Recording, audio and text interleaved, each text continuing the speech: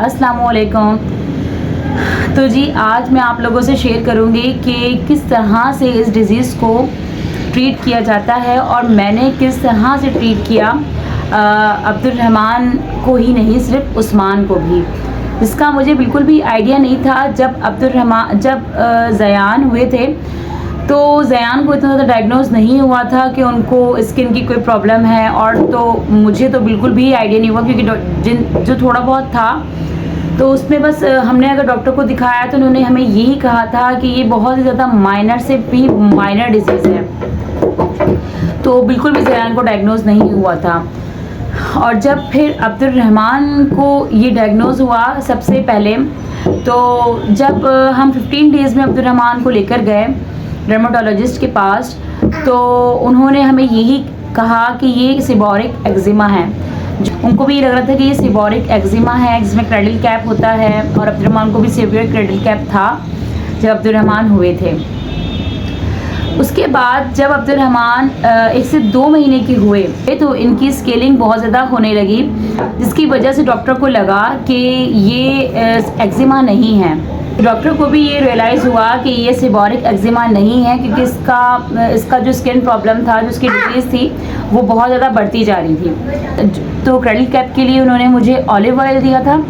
Olive oil से उसको मुझे नहलाने से 1 घंटा पहले उसको लगाना पड़ता था। जब उसका बिल्कुल कैप बिल्कुल उसका सॉफ्ट हो जाता था, उसके बाद हमने उसको सबसे पहले मैं आपसे शेयर करूँगी अब जो इसका बाथिंग ट्रीटमेंट है।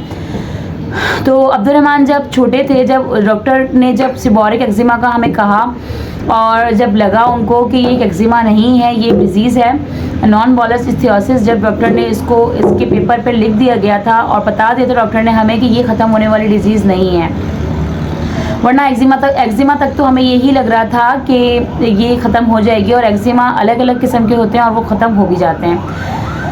अब अगर मैं बात करूँ इनकी बाथिंग की, तो इनकी बाथिंग का इशू ऐसा है कि इनको नहाने से बहुत ज़्यादा प्रॉब्लम है। इनको नहाना बिल्कुल भी नहीं पसंद, मतलब बहुत ज़्यादा इनको चिढ़ होती है। ऐसा लगता है कि कोई इनके ऊपर ना हमने गर्म पानी, कोई खौलती हुई कोई चीज़ ऐसी डाल दी है जिससे इनकी बॉडी जल रही है या झुलस रही है, जिसमें है सेल्सन ब्लू, कोनास, केटाकेनाजोल,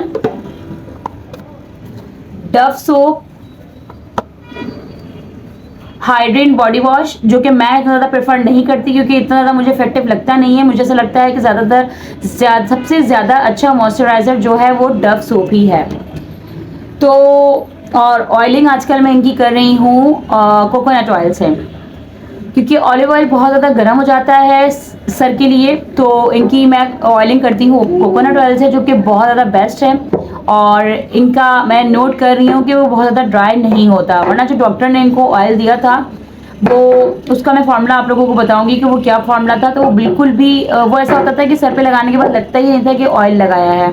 तो इसका थोड़ा सा रहता है, वरना इनके हेड पे ऐसा रहता है कि बिल्कुल वो एब्जॉर्ब हो जाता है, तो वो बिल्कुल रहता ही नहीं है ना, बिल्कुल ड्राई हो जाता है स्कैल्प। तो ऑयल तो इनके लिए ऐसा है कि मतलब ऐसा लगता है कि अंदर कोई चीज़ बैठी हुई है और वो उसको खा रही है।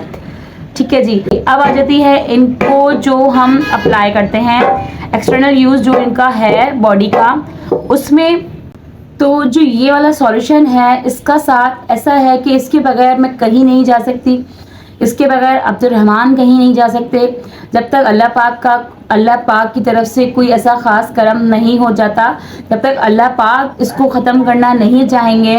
तो इसका साथ इस तरीके से है कि ये सॉल्यूशन तो एनी टाइम रहेंगे, ये आप माइनस नहीं कर सकते। अच्छा जी, इसके अलावा अब्दुर्रहमान की बॉडी अल्हम्दुलिल्लाह जो आज इतनी ज़्यादा स्टेबल है, तो मैं यही आप सबको बताना चाहूँगी, अगर इथियोसिस किसी बच्चे को है तो उसके लिए एक्सपेंसिव होती हैं वो ट्यूब्स, लेकिन वो वर्क करती हैं। तो जो अब्दुर्रहमान का स्टार्टिंग था इथियोसिस का पहले साल का, उसमें हमने इसको बहुत अच्छा ट्रीट करवाया था। अल्हम्दुलिल्लाह अब्दुर्रहमान की बॉडी बिल्कुल ठीक है, और जो डॉक्टर बोलती थी कि आपने इसके मतलब स्केलिंग इसकी बॉडी पर भी होगी, तो वो अल्हम्दुलिल्लाह अल्लाह पाक का बहुत शुक्र है कि वो आज बहुत ज़्यादा बेहतर है। उसका रीज़न एक ऐसा है कि हमने डॉक्टर ने हर विज़िट में अलग अलग मॉइस्चराइज़र दिए, तो जिसमें से फिजियोजेल मैंने बहुत यूज़ किया अब्दुर्रहमान के लिए, रिपेंथॉल लोशन यूज़ किया मैंने अब्दुर्रहमान के लिए, एक एटोडर्म क्रीम थी जो कि बहुत एक्सपेंसिव थी उस टाइम, और वो हम इस तरह से यूज़ करते थे कि मतलब 1600 की वो इतनी सी ट्यूब होती थी, तो वो हम इसकी बॉडी पर अप्लाई करते थे। मतलब ऐसा अप्लाई होती थी कि वो 3 दिन में ख़त्म हो जाती थी, फिर वो दोबारा लानी पड़ती थी, और वो काफ़ी इफ़ेक्टिव थी। मतलब यही वाली बात है कि ये जो थियोसिस अगर इस तरह की डिजीज़ है, तो इसमें ऐसा है कि कुछ मॉइस्चराइज़र्स ऐसे हैं जो काफ़ी वर्क करते हैं बॉडी पर, तो उसके हमें फ़ायदे हो सकते हैं कि स्केलिंग आपकी थोड़ी बेहतर हो जाएगी, आपको थोड़ा आपकी बॉडी मॉइस्चराइज रहती है। तो अब्दुर्रहमान के लिए अल्हम्दुलिल्लाह हमने वो सब कुछ किया, जिसकी वजह से अब्दुर्रहमान की बॉडी अल्हम्दुलिल्लाह बिल्कुल ठीक है। फेस और हैंड ऑफ पाम और पाम ऑफ फीट, ये बहुत ज़्यादा इसके ख़तरनाक हैं अभी, जिसकी वजह से वो बहुत ज़्यादा तकलीफ़ में रहता है। तो अब उस्मान के लिए डॉक्टर ने डिफरेंट मॉइस्चराइज़र दिए। अभी जैसे हम लास्ट टाइम गए थे इसको लेकर, इसके दाने हो गए थे सीवियर, तो उन्होंने मुझे ये मॉइस्चराइजिंग क्रीम दी, तो ये भी मुझे इतना ज़्यादा हेल्पफुल नहीं लगती। सिर्फ इनको रिलीफ मिलता है इस सॉल्यूशन से। अब्दुर्रहमान को डॉक्टर ने अभी इस विंटर में ये वाली ट्यूब दी हुई है, हाइड्रोफिल, जो उसको बहुत ज़्यादा ना हार्ड स्केलिंग हो रही है आजकल इस मौसम की वजह से। तो अभी मैंने ये लगाया नहीं है, क्योंकि अभी मैंने आज ही डॉक्टर के पास गई थी, तो उन्होंने मुझे ये वाला हाइड्रोफिल उन्होंने कहा कि आप ये लगा कर देखें, क्योंकि हर विज़िट में अब्दुर्रहमान उस्मान की कंडीशन डिफरेंट होती है। और आप यकीन करें, ये प्रिस्क्रिप्शन है मेरे पास कुछ डॉक्टर्स की, ये कुछ प्रिस्क्रिप्शन है मेरे पास डॉक्टर की, जो अब्दुर्रहमान की डॉक्टर नसीमा कपाडिया, उन्होंने मतलब अभी मुझे 1 महीना हुआ था उस्मान को लेकर गई थी, तो वो दोनों का ही ट्रीट एक साथ करती हैं। तो उन्होंने इसमें अलग इनको मॉइस्चराइज़र दिया जो कि ये वाला है, और अभी अब्दुर्रहमान को जो मैंने आज विज़िट करवाया है उसमें उन्होंने मुझे अलग मॉइस्चराइज़र दिया, ये वाला। उसका रीज़न ये है कि इस डिज़ीज़ में ये है कि मौसम का आपको नहीं पता चल रहा कब इनकी चेंजेस आ रहे हैं इनकी बॉडी के अंदर, वो मैं नहीं समझ पाती। तो मैं एकदम कंफ्यूज हो जाती हूँ इस बात को लेकर कि बच्चे ज़्यादा पेन में आ रहे हैं, तो फिर लगता है कि इनको डॉक्टर को दिखाना चाहिए। तो वो हर विजिट में चेंज होते रहते हैं, और ऐसे बहुत सारे मॉइस्चराइज़र्स हम यूज़ कर चुके हैं जो हमने डॉक्टर्स को दिखाया, हर जगह हम गए, तकरीबन जो लोग बताते हैं कि यहाँ चले जाएँ, यहाँ तो डेफिनेटली शिफा होनी है। बस वही वाली बात है, शिफा और हकीकत में शिफा देने वाली ज़ात अल्लाह ताला की है, और अल्लाह ताला तो तिनके में भी जान डाल देते हैं। तो इसी चीज़ पर हमारा ईमान है, इसी चीज़ पर हमारा अकीदा है कि अगर शिफा देने पर आए अल्लाह ताला की ज़ात, तो वो कहीं पर भी किसी भी चीज़ में दे सकती है। और यही सोचकर मैंने हर डॉक्टर के पास गई, और जो वो मुझे बताते थे मैंने वो सब ट्रीट किया, लेकिन कोई कुछ भी इन पर वर्क नहीं किया। इन दी एंड मुझे जाना उन्हीं के पास पड़ा जिन्होंने ये चीज़ डायग्नोस करी, और जो फर्स्ट डे से मैं जिनके पास जाती हूँ।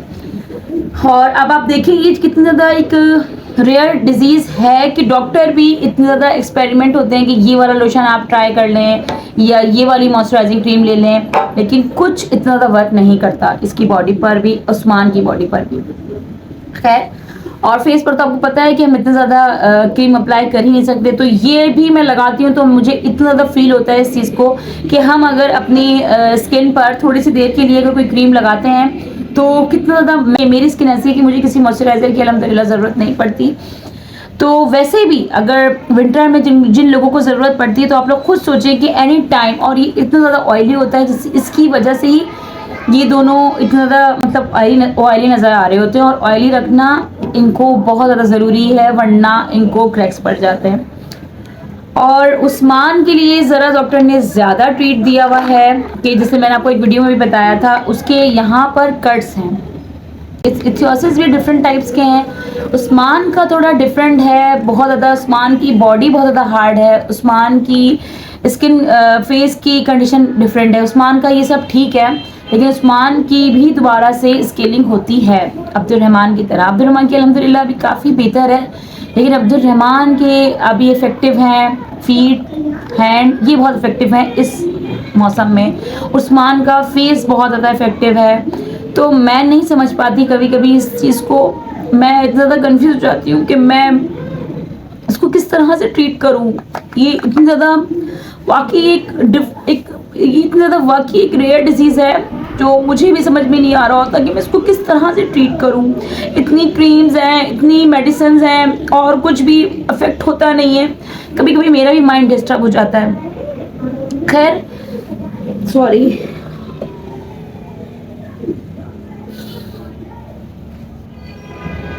कभी-कभी मैं सोचती हूँ जब वो खुद क्रीम लगा कर आता है फेस पर अपने, तो कभी-कभी मुझे इस चीज़ का बहुत ज़्यादा ख़्याल आता है जब वो अपने फेस पर क्रीम अप्लाई कर आता है। तो मैं सोचती हूँ अपने खुद को रख कर कि हर वक्त मतलब फर्स्ट डे से जिस दिन से आप पैदा हुए आपने ये ज़रूर लगाना है। पाउडर भी एक चीज़ होती है कि हम जब कहीं जा रहे होते हैं बच्चे को तब लगा रहे होते हैं, खुशबू आए बच्चे के पास से, वो भी हम इतना ज़्यादा नहीं लगाते। बच्चे ऐसे नॉर्मली भी रह रहे होते हैं और बच्चों को तो इतनी ज़्यादा मॉइस्चराइजिंग क्रीम्स की ज़रूरत नहीं होती। हम बेबी लोशन यूज़ करते हैं एक टाइम तक, लेकिन एक एज ऐसी आती है बच्चों की कि बच्चे वो भी छोड़ देते हैं। खैर मेरा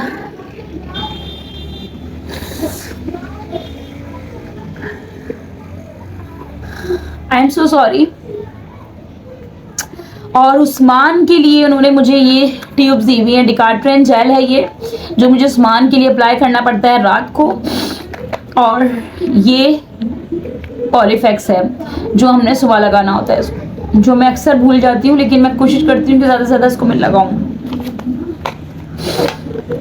अच्छा जी, अब इनके ओरल सप्लीमेंट्स में अगर हम आ जाएं तो ये इनकी अभी नाउ अडेज जो इनकी एंटी एलर्जीज चल रही हैं उसमें सॉफ्टेन है, उसमें ज़ेटेक है, ये मल्टीविटामिन सिरप है जो दोनों को हमने देना है, और जिंकेट ये दोनों को देना है डेली। तो ये माइडी का टैबलेट्स हैं जो इनकी रनिंग नोज़ है, जो इनको एलर्जी एनी टाइम है।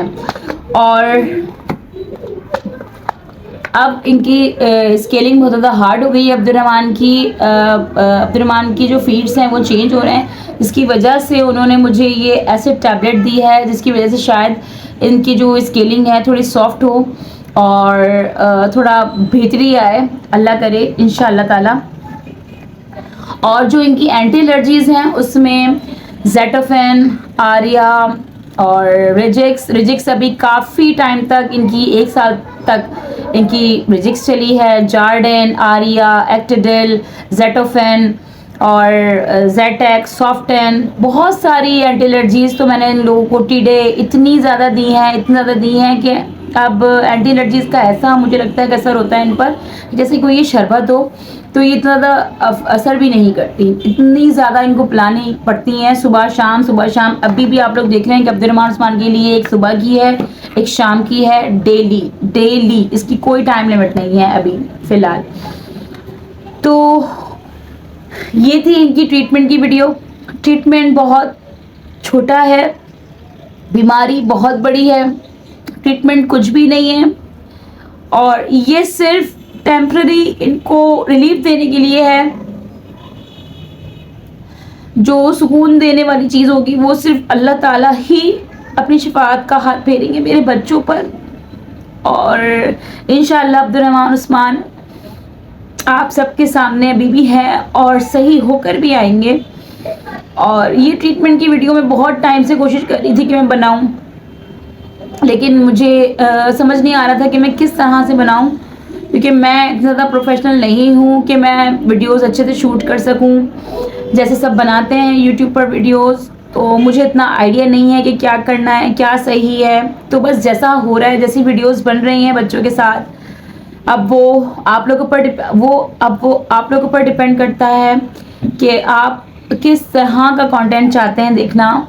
आपको एंटरटेनमेंट चाहिए और आपको मोटिवेशन चाहिए, आपको कुछ लर्निंग चाहिए, तो वो आपके ऊपर है। लेकिन मैं अपने उन लोगों की अगर बात करूं जो हमसे जुड़े हुए हैं, जो कंसर्न दिखाते हैं, कुछ लोग ऐसे हैं जो बोलते हैं कि हमें इनकी वीडियोस का इंतज़ार रहता है, तो मैं दिल से बहुत शुक्रिया अदा करती हूँ। जबकि वो बहुत ज़्यादा कम लोग हैं, वो इतनी ज़्यादा हमारी कोई फैमिली नहीं है कि हर कोई अब्दुर्रहमान का इंतज़ार करता है। और इंशाल्लाह वो टाइम भी आएगा कि अब्दुर्रहमान उस्मान का सब लोग इंतज़ार भी करेंगे। तो मैं दिल से थैंक्स बोलना चाहती हूँ उन लोगों का जो अब्दुर्रहमान उस्मान की वीडियोस का इंतज़ार करते हैं और मेरे बच्चों को देखना चाहते हैं और मेरे बच्चों को मोटिवेट करते हैं, अच्छे अच्छे कमेंट्स करते हैं। और बस यही बोलना चाहूँगी, ट्रीटमेंट कोई नहीं है अभी फ़िलवक्त इस चीज़ का, फ़िलवक्त इसका कोई ट्रीट नहीं है। मे बी के बहुत ज़्यादा अच्छे मॉइस्चराइज़र्स हों वहाँ पर, वहाँ का इन्वायरमेंट ऐसा हो, वहाँ का माहौल ऐसा हो, वहाँ का एटमॉस्फेयर ऐसा हो, शायद यहाँ ऐसा ना हो। अब्दुर्रहमान उस्मान पाकिस्तान में है तो कुछ भी बात हो सकती है। बस अल्लाह पाक की, मेरा यकीन ये है कि अल्लाह ताला हर जगह मौजूद है। अगर ये बीमारी पाकिस्तान में है, अगर ये बीमारी बाहर है, कहीं पर भी है, अब्दुर्रहमान उस्मान के साथ अल्लाह ताला है। अल्लाह ताला उन्हें देख रहे हैं और अल्लाह ताला 70 माओं से ज़्यादा मेरे बच्चों से प्यार करते हैं, मुझसे भी ज़्यादा अल्लाह ताला मेरे बच्चों से प्यार करते हैं। तो अल्लाह ताला इनके लिए ज़रूर कोई बेहतर हल भेजेंगे। डॉक्टर्स, हॉस्पिटल्स कुछ भी मैटर नहीं करता, अल्लाह ताला की ज़ात इतनी बड़ी है, अल्लाह ताला इसी में ही इनको शिफा देंगे इंशाअल्लाह ताला। आप लोगों को, आई होप कि आप लोगों को वीडियो अच्छी लगी हो। इतना कोई प्रॉपर ट्रीटमेंट नहीं है, शायद मैं अच्छे से ब्रीफ ना कर पाई हूँ, लेकिन जो मैं कर रही हूँ वो मैंने आप लोगों के साथ शेयर किया।